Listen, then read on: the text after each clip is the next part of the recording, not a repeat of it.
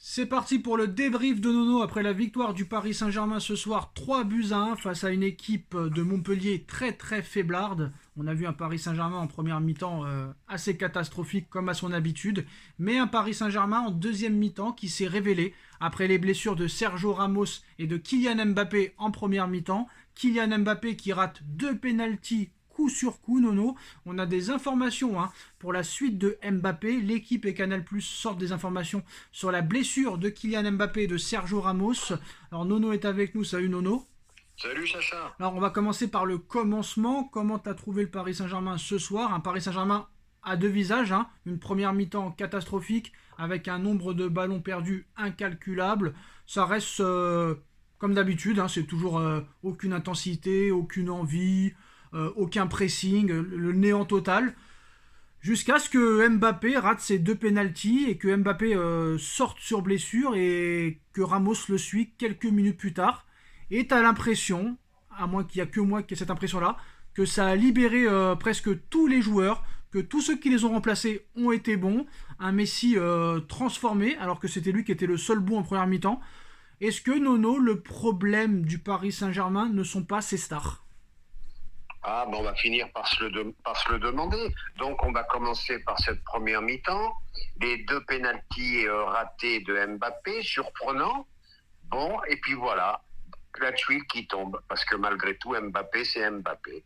Et bien, comme tous les ans, 8e, il t'arrive une tuile. Soit c'est Verratti, soit c'est Mbappé, soit c'est Neymar. Et je m'excuse.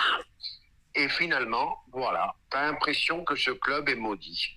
Et par contre, en deuxième mi-temps, j'ai trouvé une équipe. Ouais. Ça ressemblait à quelque chose. Voilà, ça jouait au ballon, ça ressemblait à quelque chose, avec presque, je dirais, une équipe qui était en bloc. Bon, de là à dire qu'il faut virer toutes les stars et continuer comme ça, j'en sais rien. Mais c'est à se poser des questions malgré tout. Alors maintenant, Nono, est-ce que tu as vu le même match que moi? J'ai vu un Messi qui vient redéfendre, un Messi efficace, un Messi qui décroche, un Renato Sanchez, un Hugo Ekitike qui sont performants quand ils rentrent, un Marquinhos un peu moins fébrile que d'habitude quand Ramos n'est plus à côté de lui et que c'est Danilo qui passe à sa place, un Vitinha et un Fabian Ruiz en deuxième mi-temps transformés complètement, un Hakimi et Nuno Mendes aussi bons défensivement qu'offensivement qui ont beaucoup apporté, Galtier qui fait les changements au bon moment en deuxième mi-temps. J'ai deux questions. Premièrement, est-ce que sur les trois de devant, il y en a un des deux minimum qui doit sauter? Faut-il ou non les remplacer ou les replacer dans un autre système? On a vu le petit Warren qui a fait une très bonne rentrée, qui en plus de ça marqué. Est-ce qu'il ne faut pas qu'il y ait des catastrophes qui se passent pour que très clairement on voit les vraies choses? Honnêtement, est-ce qu'un des trois doit sauter? Ah, mais normalement, je pense qu'il y en a un de trop. Lequel? Bon, je pense que c'est Neymar. Pourquoi Neymar alors que c'est lui le moins Parce pire que, parce que je vois Léo sur ce qu'il a montré encore ce soir. Bon, ben Léo avait envie ce soir. J'ai vu un Hakimi omniprésent. Vraiment, ça fait longtemps que je ne l'ai pas vu comme ça. Nuno Mendes qui commence à remonter, à redevenir en forme. Voilà, j'ai vu pas mal de choses. Donnarumma Maintenant, décisif. un Donnarumma, voilà, qui n'a pas fait le fou ce soir. Maintenant, en espérant le retour de Verratti dans une bonne condition. Et voilà, bah, tu te poses des questions. Est-ce qu'ils jouent quand ils ont envie de jouer aussi? Ça, c'est... Voilà, je comprends pas un Messi à ce niveau-là ce soir et le Messi de la semaine dernière. Je comprends pas. J'ai l'impression que Messi avait été libéré de deux poids ce soir, de Neymar et de Mbappé, qui s'est très bien entendu avec Ekitike, qui s'est très bien entendu avec Ruiz qui est passeur sur le but exceptionnel de Léo Messi, un Hugo Ekitike qui a peut-être fait sa meilleure rentrée depuis qu'il est au Paris Saint-Germain, un Renato Sanchez. Faut-il pas donner plus de chance à Renato Sanchez qui est très bon depuis 2 matchs, Nono? Même l'entrée contre Reims, c'était lui la peut-être des meilleurs. Pourquoi pas utiliser plus Renato Sanchez et essayer de mettre un petit peu les stars de côté, mais je pense qu'ils le feront jamais de toute façon. Mais j'ai vu, comme tu as dit en deuxième mi-temps, et je l'ai dit aussi, en deuxième mi-temps, tu as revu un Paris Saint-Germain qui avait un cœur, qui avait une âme, ça presse, ça attaque, c'est efficace devant le but, il y a des jeunes, ça mouille le maillot, et là tu retrouves des petits frissons quand même. Alors d'accord, c'est Montpellier, c'est Montpellier, mais tu retrouves des petits frissons, tu recommences un petit peu à frissonner, Nono. J'en ai tellement frissonné que mon armoire m'est tombée dessus. Ah, malheureusement, Sacha. Mais comme je t'ai dit, ça ressemblait à quelque chose. Bon, maintenant, tu me parles de Renato. Renato, il a l'air de revenir. Je m'excuse. Je m'excuse, Sacha. J'ai une Attention. possible. Je sais que quand Hugo Ekitike est bon, on peut s'étouffer, mais quand même, Nono, tu vas pas nous quitter ce soir. Alors honnêtement... Non, mais j'espère qu'on va retrouver le Renato Sanchez que j'aime, c'est-à-dire perforant, qui casse les lignes. Donc ça peut changer pas mal de choses avec un Verratti et un Vitinha qui reviendraient bien. Donc bon, allez, on va pas dire que du jour au lendemain, je suis optimiste. Hein. Non. Il faut voir les choses. Pour moi, ça change rien parce que si Neymar, Ramos, Mbappé sont disponibles contre Marseille ou contre le Bayern, il les mettra. Après, ça peut changer beaucoup de choses. D'ailleurs, l'information Canal+ et l'équipe. Alors, Kylian Mbappé, l'image a été montrée, hein, sa sortie du terrain. C'est sur un appui que je me suis blessé. J'ai trop mal. C'est ce qu'il a dit à Canal+. L'équipe nous informe il y a quelques minutes que Mbappé est très incertain pour le Paris Saint-Germain-Bayern et presque forfait pour le match au Vélodrome la semaine prochaine en Coupe de France. Examen dans les prochaines heures. Sur les images, on voit son genou gauche légèrement tourné, Nono. Donc je pense déjà, contre Toulouse, c'est mort. Et contre Marseille, c'est mort aussi. Et c'est reparti pour 15 jours. Mbappé titulaire, Mbappé jouera, Mbappé jouera pas. Voilà, ils n'ont pas parlé une seconde du match. Voilà, ça fait 1 heure qu'ils sont sur la blessure d'Mbappé. Moi, ça me paraît incroyable, ça aussi. Hein. Après, c'est un peu normal aussi, Nono. C'est Kylian Mbappé. Normal, mais c'est comme la Coupe de France, voilà. Ça faisait 4 matchs qu'il n'en plantait plus. Il nous parle des 5 buts de la Coupe de France. Mais là, qui parle un peu. Il n'y a pas un seul joueur dans une équipe. Ça aurait été Messi, j'aurais dit pareil. Bon. Voilà, on ne te parle pas de rien, ni du jeu, ni comment on peut faire éventuellement. Voilà, il y a Mbappé, il n'y a plus rien d'autre. Alors. Eh bien, dis donc. Il peut donner un bon pourboire à la chaîne L'équipe. Hein. Ils lui font sa publicité. Hein. Alors, Galtier sur Mbappé et Ramos.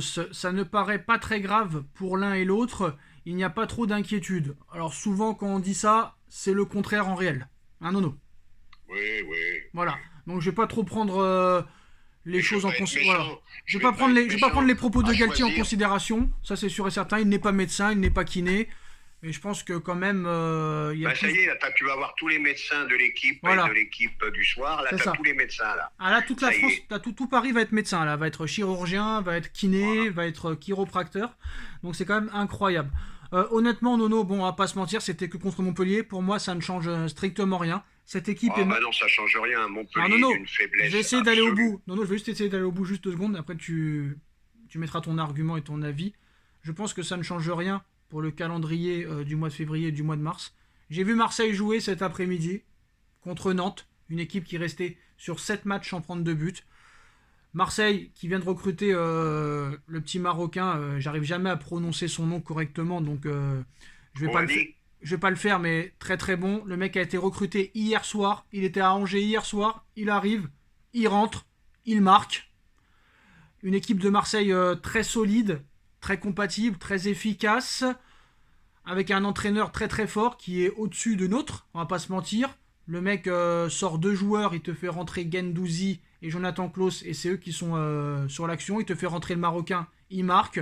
Ils sont sur un nuage, très clairement. Au niveau de l'intensité, ils nous sont supérieurs. Au niveau de l'envie, ils nous sont supérieurs.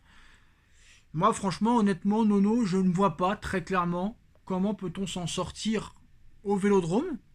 Je ne vois pas. Après, peut-être que cette deuxième mi-temps contre Montpellier a été une révélation. On verra samedi contre Toulouse. On verra samedi contre Marseille contre Nice. Parce que je pense que Galtier contre Toulouse ne mettra ni Neymar ni Mbappé, je pense. Parce que non, Mbappé, il ne le mettra pas, il est blessé. Mais il mettra Neymar sur le banc aussi, je pense. Avant le match contre Marseille. Très clairement, on va pas se mentir. Ramos qui sera pas là. Peut-être que cette deuxième mi-temps peut être une révélation. Et peut-être que cette équipe-là peut monter en intensité. Chose que ne faisait pas avec les blessés. Tu vois ? Eh bien, c'est là que Galtier doit sortir un lapin de son chapeau. À lui de trouver les solutions. À lui de trouver l'équilibre. Bon, maintenant, je voudrais, moi, avant de finir cette vidéo, je voudrais quand même te poser une question. Parce qu'il y a un truc que je comprends pas. Icardi, fantôme à Paris. Il paraît qu'il est exceptionnel. Là, je vois Choupo-Moting qu'on s'est foutu de gueule sans arrêt. Je l'ai vu faire 2 gestes exceptionnels encore ce soir. Meilleur buteur du Bayern cette saison. Voilà, donc moi, faut m'expliquer pourquoi à Paris ils sont mauvais. Voilà, ça, si quelqu'un arrive à m'expliquer ça, Bah, je peux Je t'expliquer. serai soulagé. Je peux t'expliquer. Parce qu'au Paris Saint-Germain, ils sont mis dans un confort qu'ils n'ont pas dans les autres clubs. Et au PSG, ça travaille beaucoup moins que dans les clubs que tu as cités. C'est tout. Il faut voir les buts qui te met Icardi, hein. Je sais pas si tu les as Bien vus, sûr, des je buts te l'ai dit. exceptionnels, hein. On en a parlé il y a 3 jours. 9 matchs, 9 buts, frère. C'est un truc de fou. C'est un truc de fou. 9 Ils matchs. sont tous bons. C'est incroyable. Et ils arrivent à Paris, ils sont mauvais. Allez. Bon, c'est un autre débat, on va dire. Bah non, c'est pas un débat. Ils sont bons avant d'arriver à Paris et ils sont bons quand ils partent aussi. Eh ben, écoute. Voilà. Quand tu vois que là, quand tu vois le mercato qui a été fait, c'est une honte de ne pas avoir recruté. Comment tu ne peux pas anticiper des éventuelles blessures, des éventuelles suspensions, alors que tu as déjà des blessures? Je crois, j'ai lu 2-3 articles. Là, je crois qu'il a des problèmes aussi avec son deuxième club, le Celta Vigo. D'ailleurs, il faudra m'expliquer aussi comment on peut être directeur sportif de 2 clubs. Ça, faudra me Ah non, il est l'expliquer très très aussi. fort, Nono, il est très très fort. Il est directeur sportif du Celta Vigo, mais il est conseiller sportif à Paris. Donc c'est pas la Alors, même on chose. va pas jouer sur les mots pour comment on peut avoir deux Alors, fonctions dans 2 clubs différents. Alors Voilà. on peut pas parler, on peut pas montrer l'image hein, parce que sinon la vidéo sera supprimée. Mais on vient de voir Mbappé quitter le stade en boitillant comme pas possible. Donc je pense que là il y en a pour plusieurs semaines Nono. Hein. Je sais pas si tu vois les images, mais là je les regarde sur Canal+. Là très clairement le mec, la jambe gauche est complètement fracassée. Donc là je pense que là quelques semaines de convalescence, ça c'est sûr et certain. Donc de là que de dire à Galtier il n'y a rien de grave. Si, il y a quelque chose de grave là. Faut arrêter de prendre les gens pour des Faut voir imbéciles. la suite, tu sais, c'est la douleur, on sait jamais. Le lendemain, c'est un peu moins grave, on sait pas. Ouais, mais là, je pense que c'est mal barré. Voilà les postos. Donc, Kylian Mbappé est incertain pour le match PSG-Bayern selon l'équipe. Examen dans les prochaines heures pour déterminer la durée d'indisponibilité. On a vu aussi, Nono, faut parler aussi du Bayern, futur adversaire du Paris Saint-Germain. Joao Cancelo, déjà décisif avec le Bayern alors qu'il vient à peine d'arriver. Bon, bah, j'ai vu le match du Bayern ce soir, Nono. L'intensité qui est mise, franchement, déjà contre Marseille, t'as peur. Contre Monaco, qui est en pleine bourre aussi, hein, t'as peur. Mais alors là, contre le Bayern, je ne vois pas réellement comment tu peux t'en sortir. Parce que là, je suis en train de voir les images en direct, Nono. Donc je peux me permettre de parler. Je regarde Alors les là, images je vais du te- Bayern. Là, je vois les images du Bayern. À la vitesse où ça va. Là, franchement, très clairement, j'ai peur quand même de la déculotter. Malgré cette bonne deuxième mi-temps. Hein. Je vais encore attendre de parler. Mais là, j'ai vraiment peur. Belle Vraiment peur. deuxième mi-temps, belle deuxième mi-temps, d'accord, mais c'est que Montpellier, des fantômes. Voilà, c'est ça. Là, j'ai vu un Bayern qui va très très vite, qui va à 2000 à l'heure. Et en plus, Mbappé en moins. Et ben, ça fait beaucoup de choses en moins. Là, il faudra vraiment qu'ils jouent pas à 100% de leur capacité, il faudra jouer à 200%. Même à 1000%, je pense. Voilà les postos, c'est la fin de cette vidéo. Dites-moi en commentaire ce que vous en pensez. On like, on partage, on commente, on s'abonne. Et on se retrouve très vite pour de nouvelles infos. Tchuss. Tchuss!